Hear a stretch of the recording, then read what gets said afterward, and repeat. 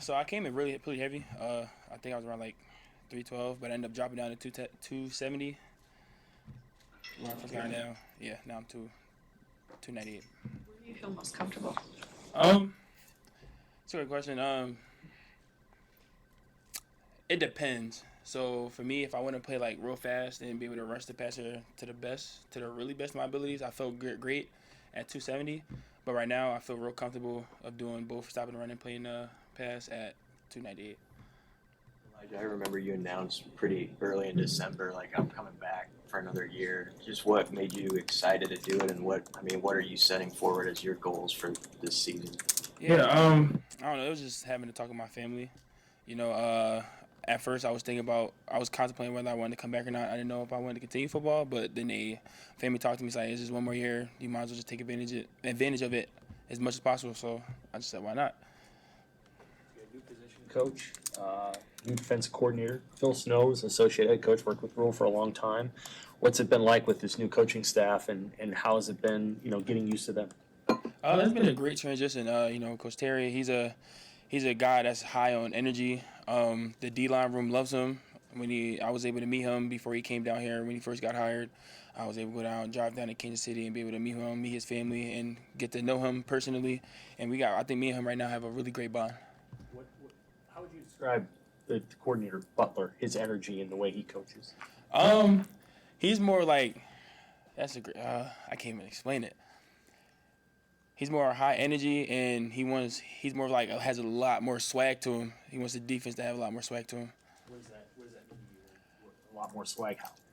Everybody just being themselves. When we make a play, everybody celebrate. Do a little dance or something. But at the end of the day, we still got that one goal in mind, that's to do our play at the best of our abilities.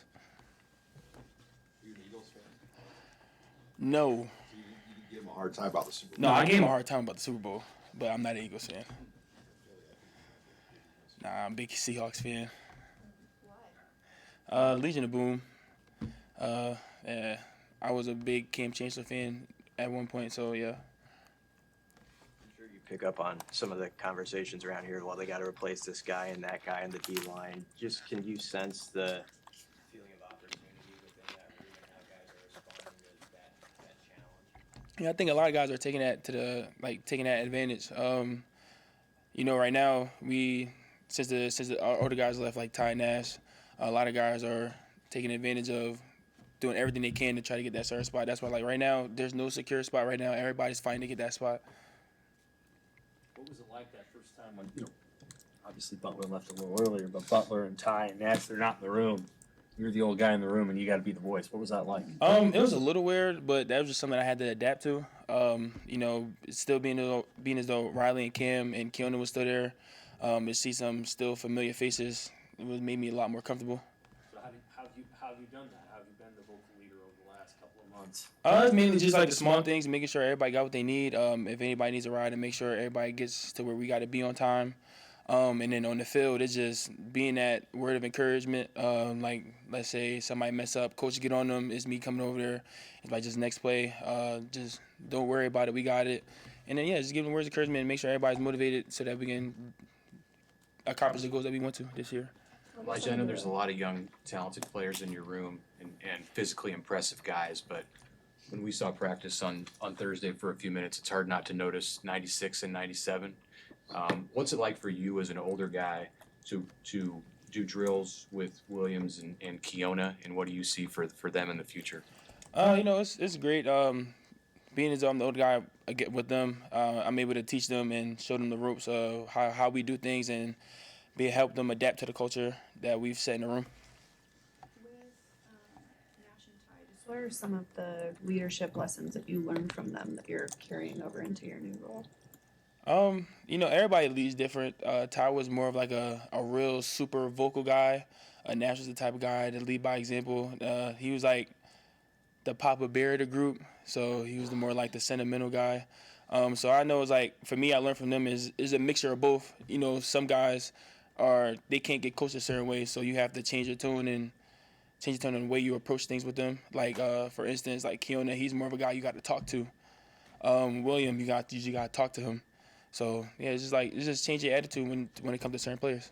What's kept you going, or what's motivated you throughout your college career? You know, you have to have some patience at times to stick with it.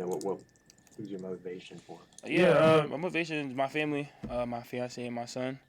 I come home to them every day. There was times where I wanted to give up, I wanted to quit, but fiance told me, you better not do it, because I mean, you're this far, so why just give up? And then my son, on the other hand, he was able to teach me a lot of patience. You know, he's a handful, but I love him, and that's my guy. So everything I'm doing now is for him.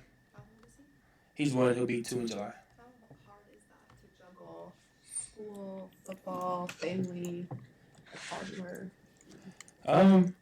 It's pretty hard. It's something I had to adapt to. It took a little minute, but I think we got a great routine now.